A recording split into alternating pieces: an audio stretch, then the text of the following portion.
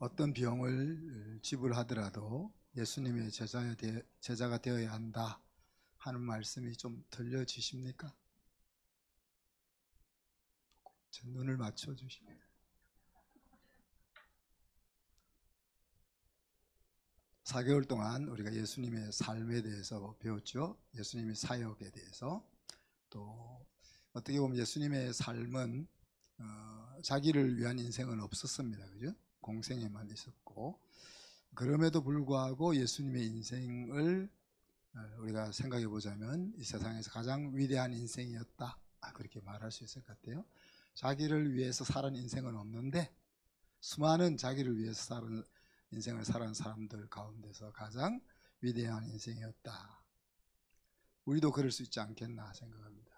나를 위해서 사는 것보다 제자를 위해서 살 때 위대한 인생을 살 수 있을 줄로 생각합니다. 그리고 그 예수님이 그렇게 살 수 있었던 스피릿에 대해서 우리가 살펴보았죠. 그리고 그 예수님이 우리에게 하신 부탁을 살펴본 결론이 뭡니까?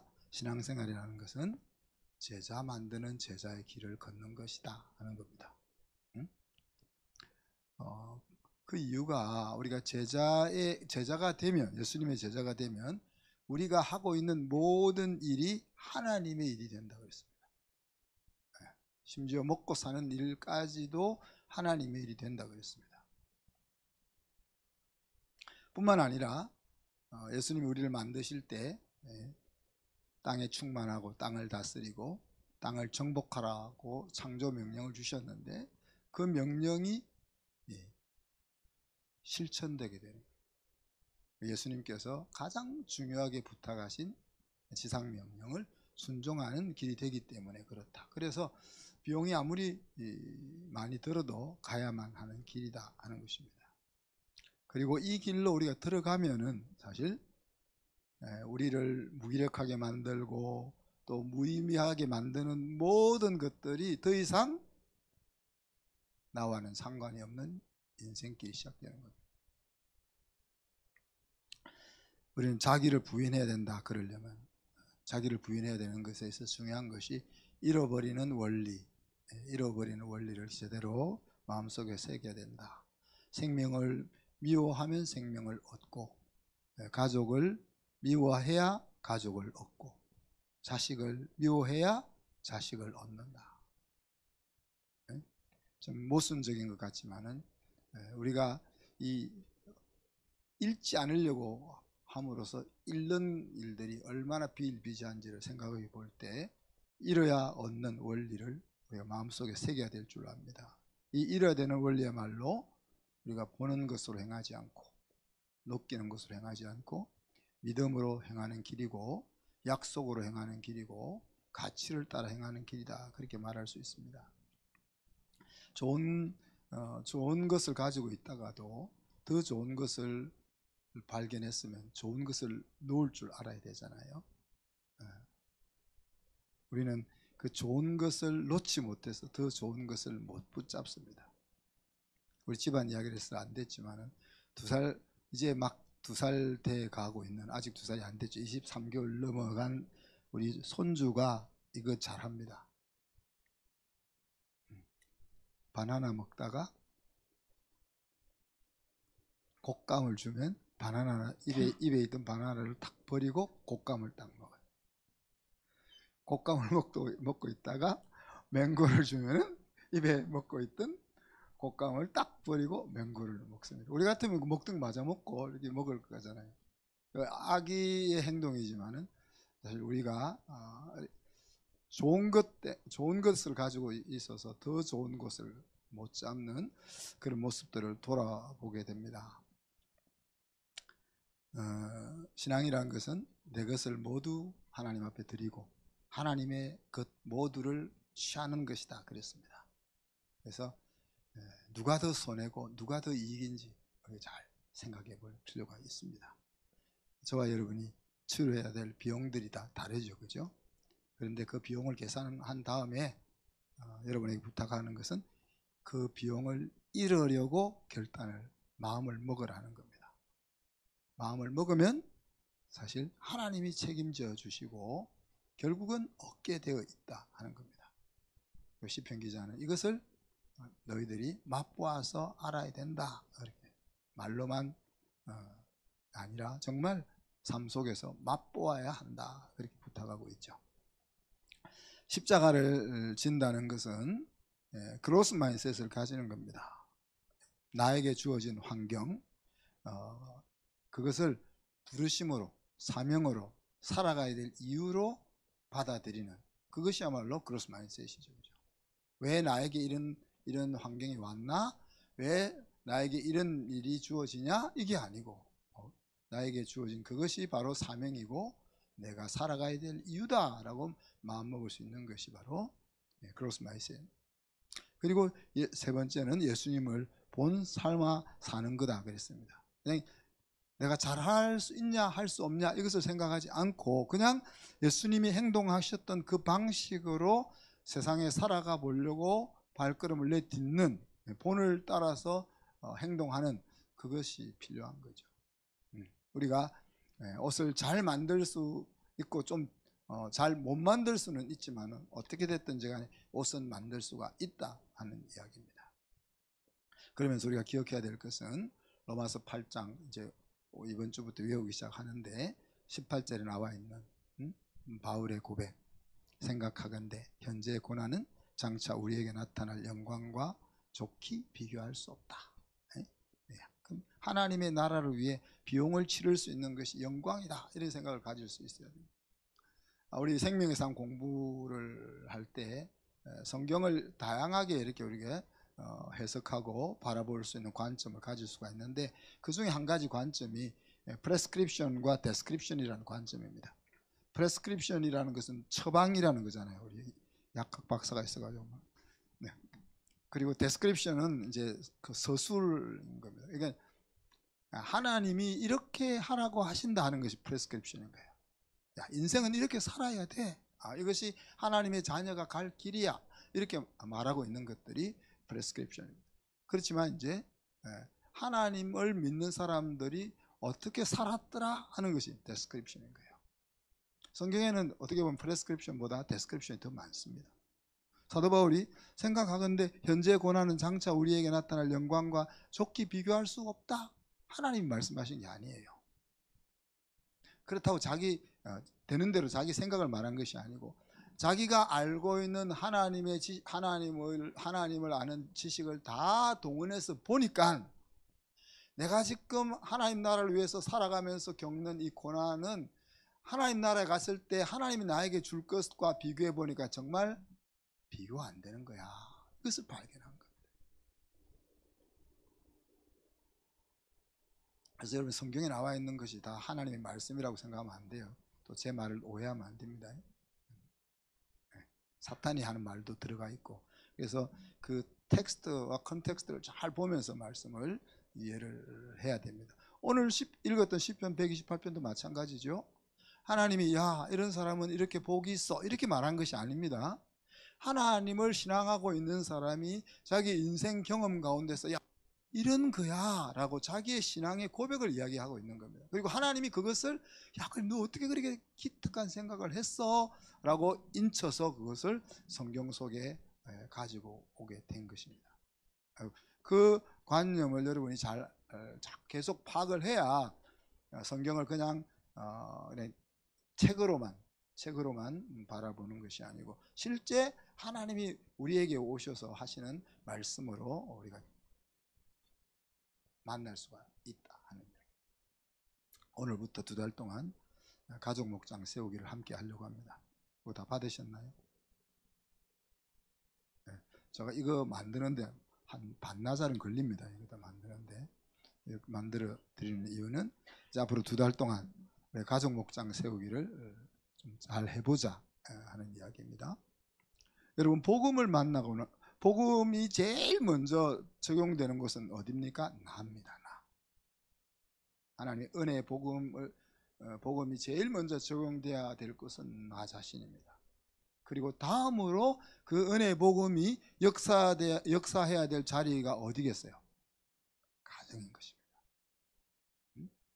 왜 그렇습니까? 가정은 보금자리여야 하고 치유되고 회복되는 곳이어야 하고, 또 살아갈 이유와 에너지를 지속적으로 공급해 줘야 되는 곳이기 때문에 그렇습니다.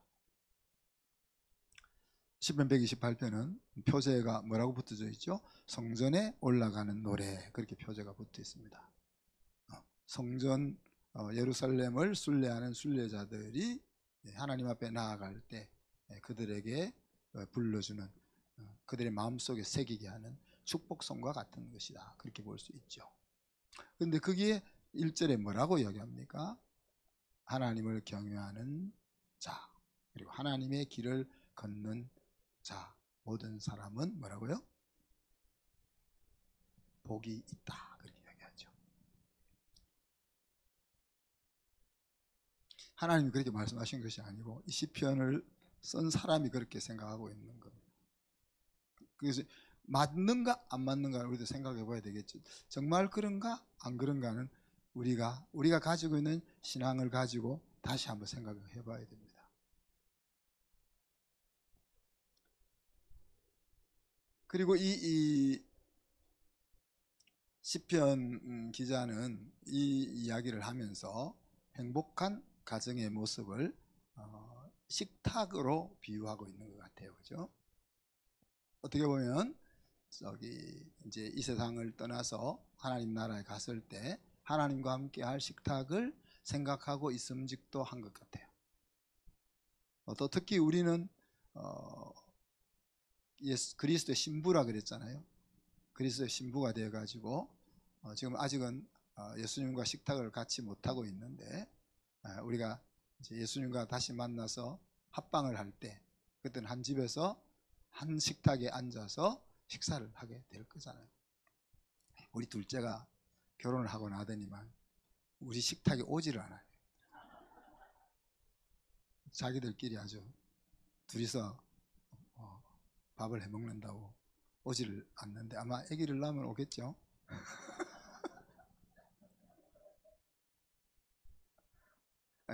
그런 거예요.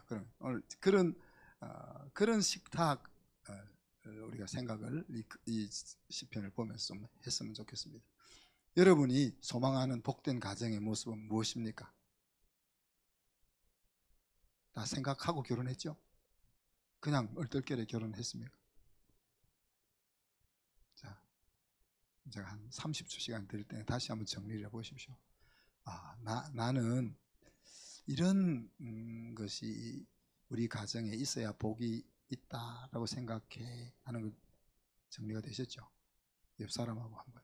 그 중에서 여러 가지가 있을 텐데 그 중에서 가장 중요하다고 생각하는 것 옆에 사람한테 합니다. 나는 우리 가정이 행복하기 위해서는 이것은 꼭 있어야 된다고 생각해 하는 거 한번 옆 사람한테만 이야기해 보십시오. 옆 사람이 없으면 뒤 사람한테 하셔도 돼요. 서로 생각이 다를 수 있어요.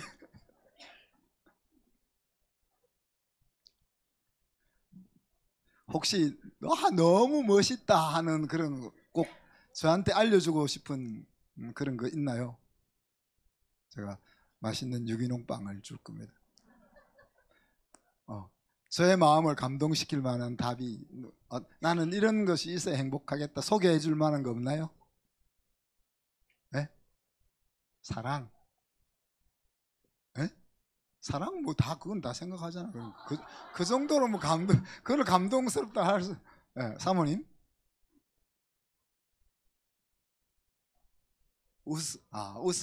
웃음이 있는 가정이어야 좋겠다. 제가 나중에 빵을 구워드리겠습니다. 그렇죠, 웃음이 돈. 맞아. 그 신랑이 얼마나 돈을 마음껏 안 벌어주면 그런 마음을 안는 권상한데 제가 빵을 구워드리겠습니다. 그렇죠, 돈이 있어요. 남자들이 열심히 돈을 벌어야 돼. 또 맛있는 밥. 그렇죠.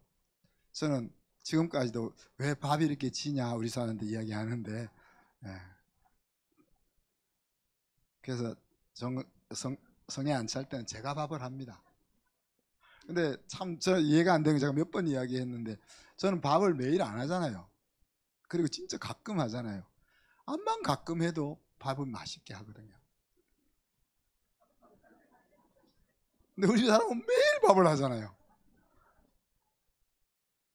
근데 매일 밥을 하는데 어떻게 맛있을 때도 있지만 저는 100번에 한 번 맛없는 건 이해가 가요. 사람이 실수도 할 수 있으니까. 그런데 10번에 한 번 이건 좀 전문가로서 문제가 있잖아요. 그죠? 맛있는 밥. 예, 좋습니다. 또 그 이외에 좋은 것이 있으면 저한테 카톡으로 보내시면 오늘 제가 빵을 3개는 준비를 해야 되겠네요. 시편 기자는 이런 것이 있어야 행복하겠다. 3가지를 생각하잖아요. 하나는 자신의 일터에 대한 것을 언급하고, 또 하나는 아내의 자리에 대한 것을 언급하고, 그리고 자녀들에 대해서 언급합니다. 요 3 영역이 이렇게 되면 행복하겠다. 그렇게 생각을 하는 거죠. 그리고는 덧붙여서 이와 같은 것의 원천은 하나님이고, 그 원천이 나의 것이 되는 것은 하나님을 의식하며 사는 것이고, 하나님이 제시하는 그 길이 옳다라고 생각하면서 그 길로 걸어가는 거다, 이렇게 이야기하는 거죠. 그것이 우리가 넉 달 동안 공부했던 제자 삼는 제자로 살아가는 것과 똑같은 이야기예요. 그리고 여기에는 다른 조건이 없습니다. 너희 부모가 금수저로 태어나야 된다, 엄마 아빠 찬스가 있어야 된다, 그런 조건이 하나도 없고 모든 사람이 같은 동일한 지점에서 출발할 수 있는 거예요. 그죠? 그래서 여러분이 지금 옆 사람과 나누었던, 생각했던 그 복과 오늘 이 시편 기자가 생각했던 복을 서로 한번 비교해 볼 수 있었으면 좋겠습니다. 첫째, 물론 이 말씀을 이제 기록한 사람이 가장이니까 그 가장은 나의 일터가 복이 있어야 된다, 그 이야기죠. 그죠? 일터가 복이 있으려면 수고한 대로 먹을 수 있는, 우리 아는 권사님이 이야기한 것처럼 신랑이 돈을 절로 벌어와야 된다. 근데 여기서 참 재미있는 표현을 썼는데, 내가 복 자체고, 그런 표현을 썼습니다. 내가 뭘 가장으로서 뭘 잘해야 복이, 이게 아니고 내가 하나님을 경외하는 가장이라는 것 자체가 복이다 하는 이야기입니다. 여러분, 하는 일마다 잘 되는 사람이 있고 하는 일마다 죽 쓰는 사람이 있잖아요. 그죠? 이것이 구조의 문제입니다. 여러분. 내가 아무리 애쓰고 노력해도 겨우 억지로 될 듯 말 듯 하는 구조가 있고, 설렁설렁해도 잘 될 수밖에 없는 구조가 있다. 우리가 계속 신경 써야 될 것이 그겁니다. 사업을 할 때든 장사를 하든 직장을 다니든 공부를 하든 뭘 하든 이런 구조 속에 있으면은 잘 될 수 있을까? 이거를 계속 생각을 해야 되는 거예요. 한 가지로 예를 들면은, 하나님 편에 서 있으면은 하나님은 망할 길이 없으니까 항상 잘 될 수밖에 없을 거 아니에요. 근데 하나님 편 옆에 서가지고 하나님 좀 잘 되게 해주세요, 도와주세요, 이렇게 하고 있는 경우가 얼마나 많은지 모릅니다. 심지어 우리가 예수 믿는 우리들도 하나님 편에 서 있어야 되는데 거기에 발은 디지지 않고 그 옆에 발을 딛고 있으면서 잘 되었으면 하는 생각을 가지고 사는 때가 얼마나 많은지 돌아봐야 된다는 이야기입니다. 돌아봐야 돼요. 하나님이 안 살아계시면 모르는데 하나님이 살아계신 이상 그렇게 해서는 복이 안 온다는 이야기죠.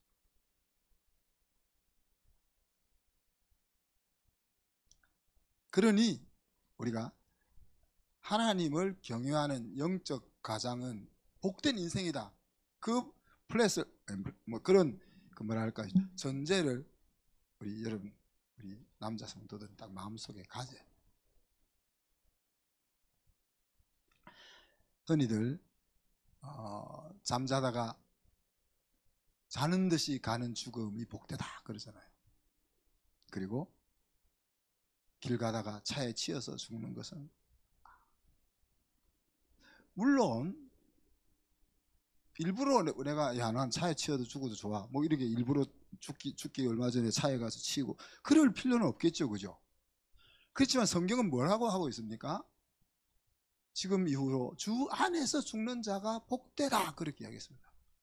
죽음에 대한 구조를 분명하게 이야기했습니다. 복된 죽음이란 주 안에서 죽으면 자다가 잠들듯이 죽으나, 길 가다가 음주운전하는 사람의 차에 치여 죽으나, 죽을 병에 걸려서 고생하다가 죽으나, 우리 아버님처럼 그냥 일주일 딱 아프다가 그냥 돌아가시나, 다 뭐라고요? 복된 죽음이다. 반면에 아무리 대단한 모양으로 죽었어도, 100살을 살고 죽었어도 예수 밖에서 죽었으면 복된 죽음이 아니다 하는 그 죽음과 행복과 연결된 구조가 딱 있는 겁니다.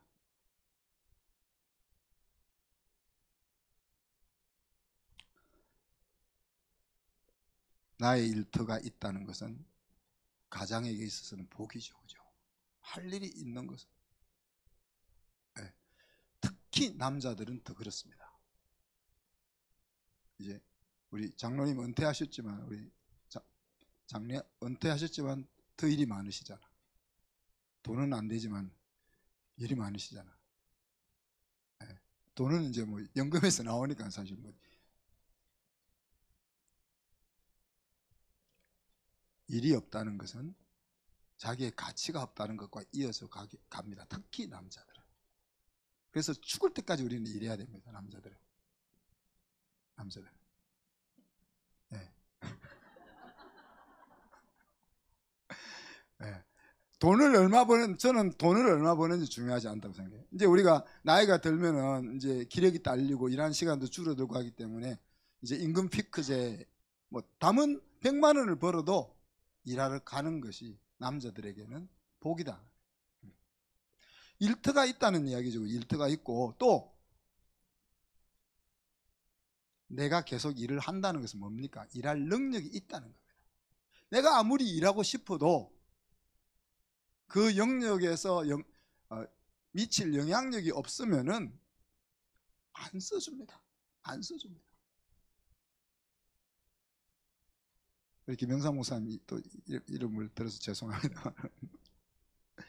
우리 목사님 은퇴하셨잖아요. 은퇴하셨는데 매년 학교에서, 고등학교에서 불러셔가지고 매년 또 가서 일하신단 말이에요. 만약에 목사님이 물리를 가르치다가 죽을 썼어. 그럼 그 소문이 쭉 퍼져서 다음 해에 다른 학교에서 부르시겠냐고요? 안 부르지.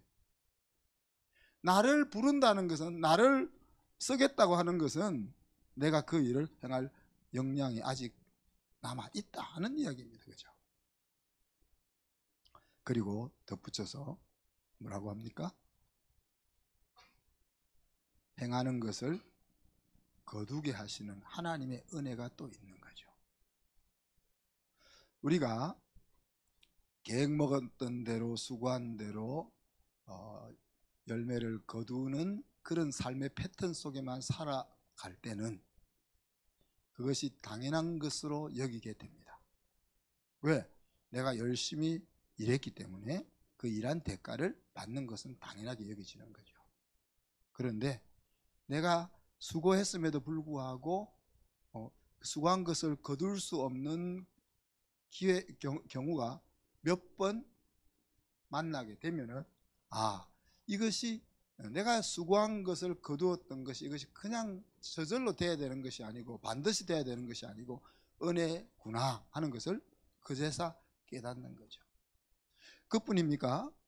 네. 행한 것을 거두게 하시는 하나님의 은혜라는 말 속에는 주변 사람들과 연결되어 있는 은혜가 또 있는 거예요, 여러분.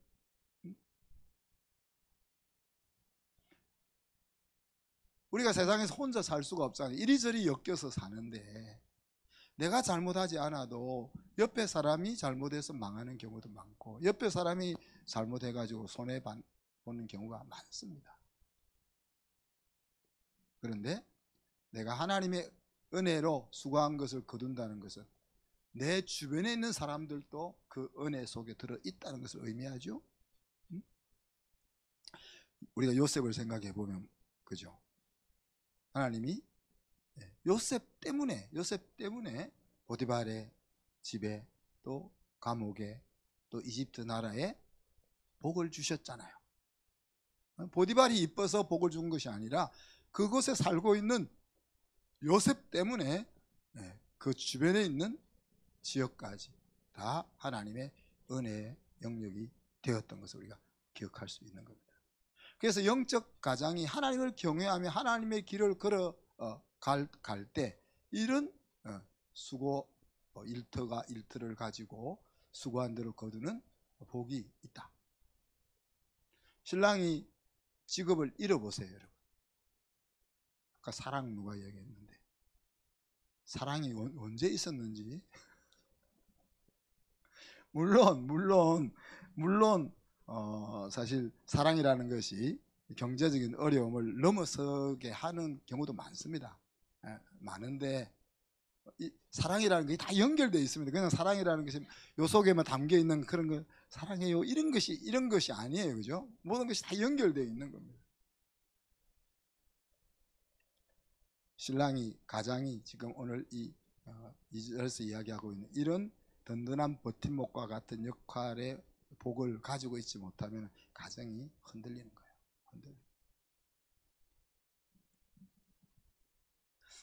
두 번째 영역은 아내의 영역인데 아내를 어떻게 이야기하죠? 결실한 포도나무 같은 아내, 그런 표현을 썼습니다. 자, 그래서 제가 그러면 성경 기자들, 성경을 쓴 사람들은 하나님의 선물, 어떤 것을 하나님의 선물이라고 생각했을까 하고 한번 다 찾아봤어요.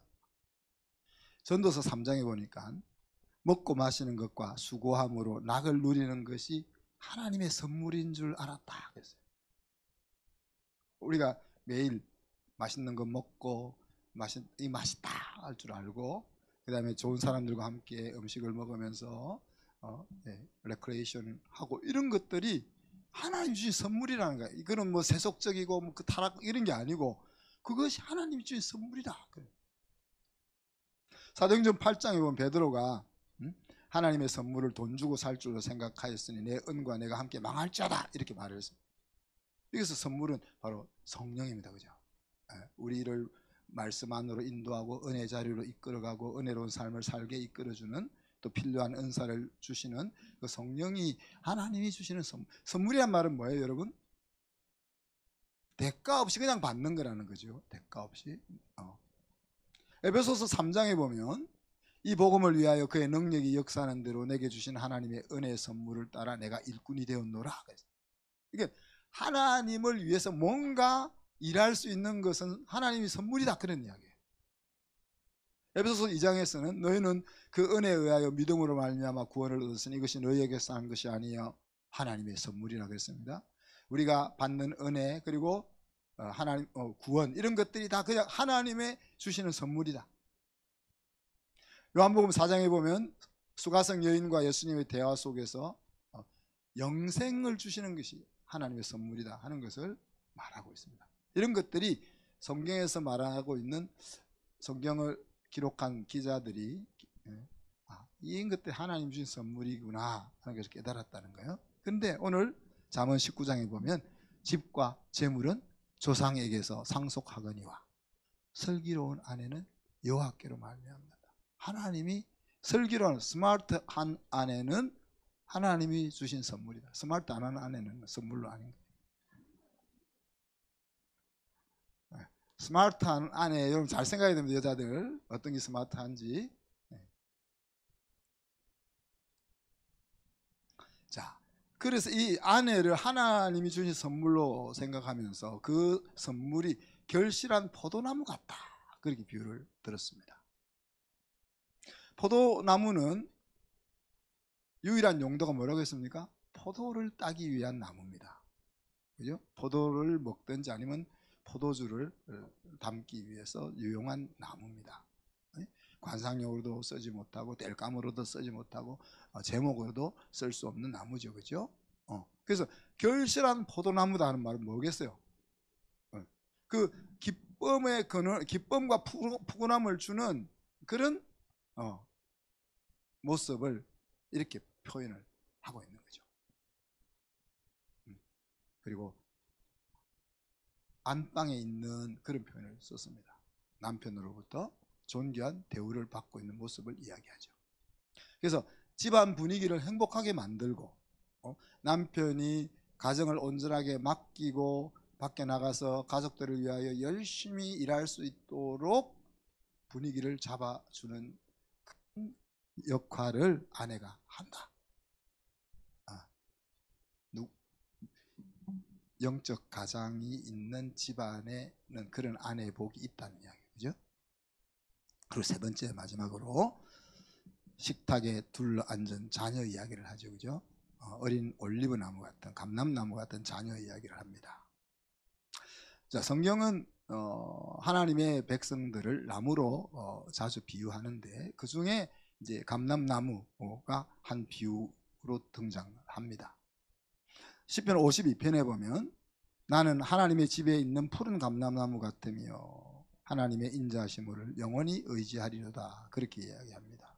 다르게 이야기하면 하나님을 의지해서 하나님과 인생을 엮어서 살겠다고 마음먹고 있는 의인을 푸른 감람나무로 비유하고 있다 하는 거죠. 창세기 8장에 보면 노아가 홍수가 끝나고 세상이 다 이렇게 홍수로 멸망된 뒤에 땅에 내려가서 새롭게 새 신세계를 시작해 볼 수 있을까 검토를 할 때 비둘기가 뭘 물고 왔죠?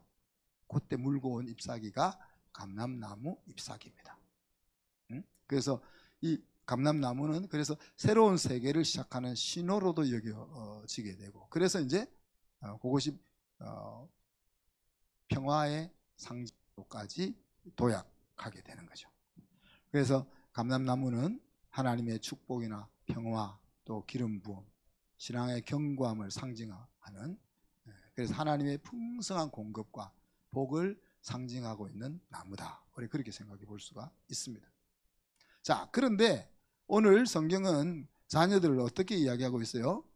어린 감람나무 같다. 어린 감람나무. 자, 감람나무는 어떻게 싹이 나는가 하면요. 기존 감람나무가 있잖아요. 그럼 그 감람나무에서 매년 이렇게 싹이 나오는 거예요. 새순이 무성하게 나옵니다. 근데 이 감람나무가 감람 열매를 제대로 맺으려면은 잎사귀가 커야 된대. 잎사귀가 3cm 이상. 그래서 처음 싹이 났을 첫 가지에는 싹 작고 좀 더 크면은 싹이 크죠. 이게 아니고 담배 될 것은 떡잎부터 안다고 처음부터 싹이 커야 된다는 얘기예요. 그리고 이 한 겨울을 넘겨야만 그 다음에 이제 올리브가 열린다는 거예요. 그러니까 그게 맛 태어난 가지에서는 이제 감람 열매가 안 맺힌다는 거죠. 그죠? 최소한 2년이 되어야 가지에 열매가 맺힌다. 그리고 이렇게 수직으로 올라가는 것은 열매가 잘 안 맺히고 사선으로든지 평행으로든지 밑으로 이렇게 처지는 그런 가지에 감람 열매가 많이 맺힌다. 그리고 이게 참 은혜로운 내용인데요. 볼품 없는 가지에서 열매가 많이 맺힌다. 예수님을 이사야가 뭐라고 표현했죠? 흠모할 만한 것 없이. 야, 이거 은혜가 얼마나 되면 감람나무. 이쁘고 잘생긴 사람들은 좀 아쉽지만 세상에서 칭찬을 다 받으니까. 근데 감람나무 가지가 멋있게 생기는 데서는 잘 안 열리고 볼품 없는 그런 가지에서 열매가 많이 맺힌다. 그렇게 이야기합니다. 그래서 이제 멀리 내다보면 사실 감람나무가 더 좋은 감람 열매를 맺으려면은 이 둥지를 튼실하게 만드는 작업이 필요하죠. 그래서 가지를 친단 말이에요. 가지를 치면은 열매가 안 맺히잖아요. 가지가 없어져 버렸으니까. 그 새 가지에서는 또 열매가 안 맺히잖아요. 그런데 좋은 감람나무, 감람 열매를 맺게 하기 위해서는 수년 동안 가지를 쳐서 좋은 둥지를 만든다고 합니다. 그래서 제가 우리 성지순례 갔을 때 그리스에 들렸을 때 제가 섬 이름까지는 기억이 안 나는데 사모님 기억나십니까? 섬 이름? 장로님 기억나세요? 기억 안 나시는구나. 그 섬에 500년 된 감람나무가 있대. 올리브나무가. 근데 거기에서 딴 감람나무와 감람열매와 감람열매 엄청 비싸다 그러더라고요. 그리고 그때 제가 두고두고 후회하는 것이 30년 된 발사믹 못 사온 거 두고두고 후회하는데 제가 언젠가는 그리스 한번 더 가서 반드시 사가 올 겁니다. 그러니까 제가 그 당시까지 이 발사믹을 잘 몰랐거든요. 발사믹을 잘 몰랐는데 30년 된 발사믹, 50년 된 발사믹을 이렇게 맛을 보여주는데 그 빵을 탁 찍어서 먹어보니 어떻게 그렇게 맛있는 것이 있는지 여러분이 맛을 보여주고 싶은데 없어서 시중에서 파는 발사믹은 발사믹 근처에도 못 가는 거예요.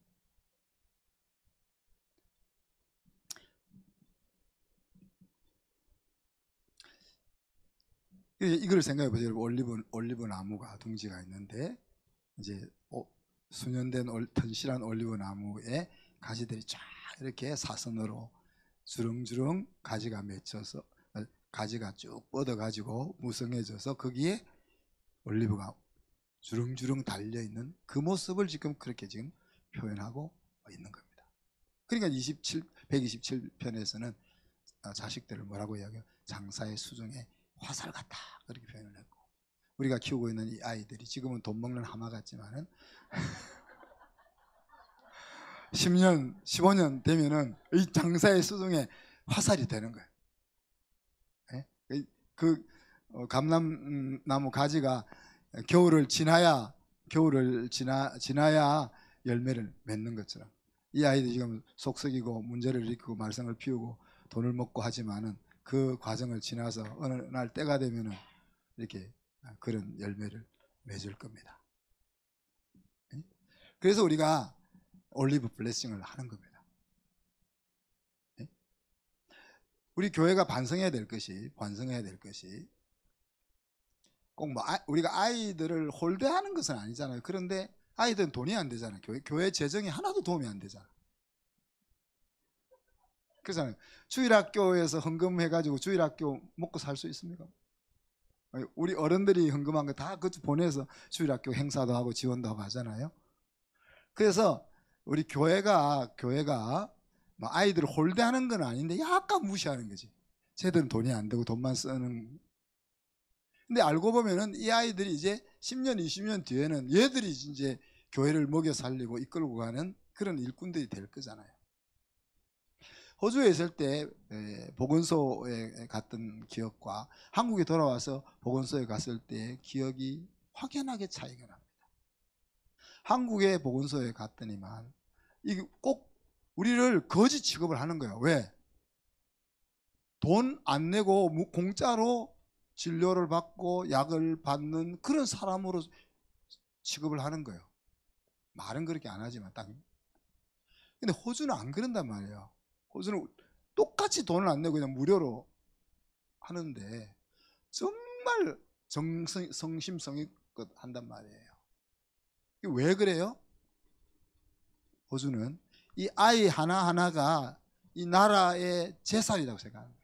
그러니 그 아이가 지금 공짜로 진료를 받으러 왔지만은 이 재산이기 때문에 이거를 잘 가꾸고 잘 대해 주려고 하는 거예요. 우리는 이 아이들은 아이들이 아니라 우리 서민들이 보건소 찾아가는 서민들은 이게 완전 밥인 거야. 자기들 돈 아끼려고 오는, 혹은 돈이 없어서 오는 그런 국민으로 나라의 세금을 축내는 그런 식으로 바라보니까 얼마나 구박하는지 몰라요. 그래서 보건소 안 가요. 병원도 안 가지.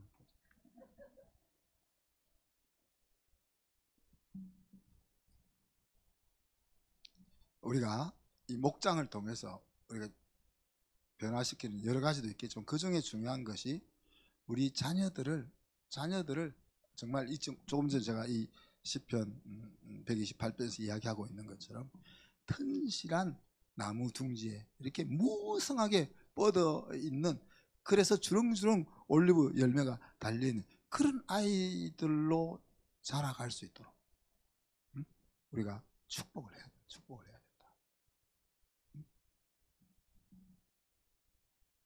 오늘 말씀 엑스티켓은 여러분은 어떤 행복을 소망할 것인가 하는 겁니다. 4절에 보니까 똑같은 내용을 다시 한번 반복했죠. 여호와를 경외하는 자는 이같이 복을 얻으리로다. 번역을 재미없게 했습니다. 원어적으로 이야기하면 보라, 하나님을 경외하는 자가 받을 복을, 이렇게 딱 1절, 2절, 3절에서는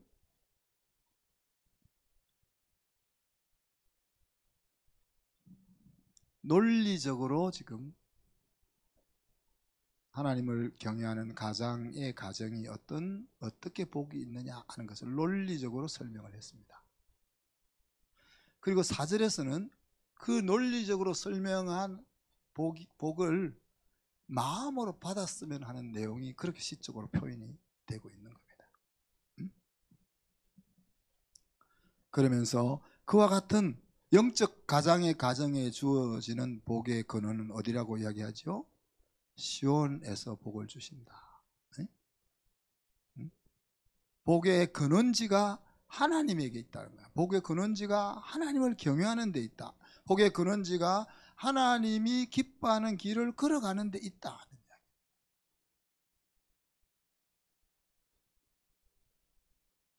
오늘 말씀을 보면서 행복한 가족의 식탁을 우리가 한번 생각했으면 좋겠습니다. 그리고 여러분들이 올해 가족 목장을 만들어 갈 수 있기를 소망합니다.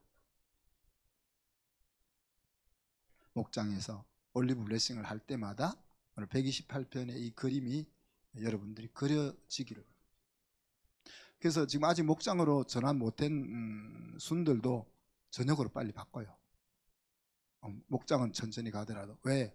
저녁에 아이들이 모일 수 있는 시간에 모여서 그 아이들을 옆에 앉아놓고 이 축복하는 그 은혜를 가질 수 있게 구조를 좀 만들었으면 좋겠어요. 그리고 여러분 기억해야 될 것은 올리브 둥지에서 어떤 올리브가 나오는지가 좌우된다. 가지가 우리 새끼들이라면 가지에서 열매가 맺히는데 그 열매 500년 된 올리브를 생각해보고 500년 된 올리브. 애들 보고 우리가 이래라 저래라 뭐라 할 게 아니에요. 그 애를 붙잡고 있는 둥지인 내가 좋은 올리브를 맺을 수 있는 양분을 공급할 수 있는 튼실한 둥지가 돼야 된다는 거. 이걸 둥지에 사선으로 주렁주렁 뻗어 있는 가지에 주렁주렁 달려 있는 올리브 그를 생각하면서 요 그림을 우리가 잊지 마시기를 바랍니다. 기도하겠습니다. 하나님 사랑과 은혜를 감사합니다. 영적 가장이 가지고 있는 복이 무엇인지를 다시 한번 우리가 확인하게 하셔서 감사합니다. 그 삶을 통해서 우리 가정이 복된 가정이 되게 하시고 또 우리 주변에 사랑이 식어가고 무너져가고 있는 가정들에게 좋은 동기부여할 수 있는 가정이 될 수 있도록 한순교회 모든 식구들을 붙잡아 주시고 인도해 주옵소서. 감사드리며 예수 그리스도 이름으로 기도하옵나이다. 아멘.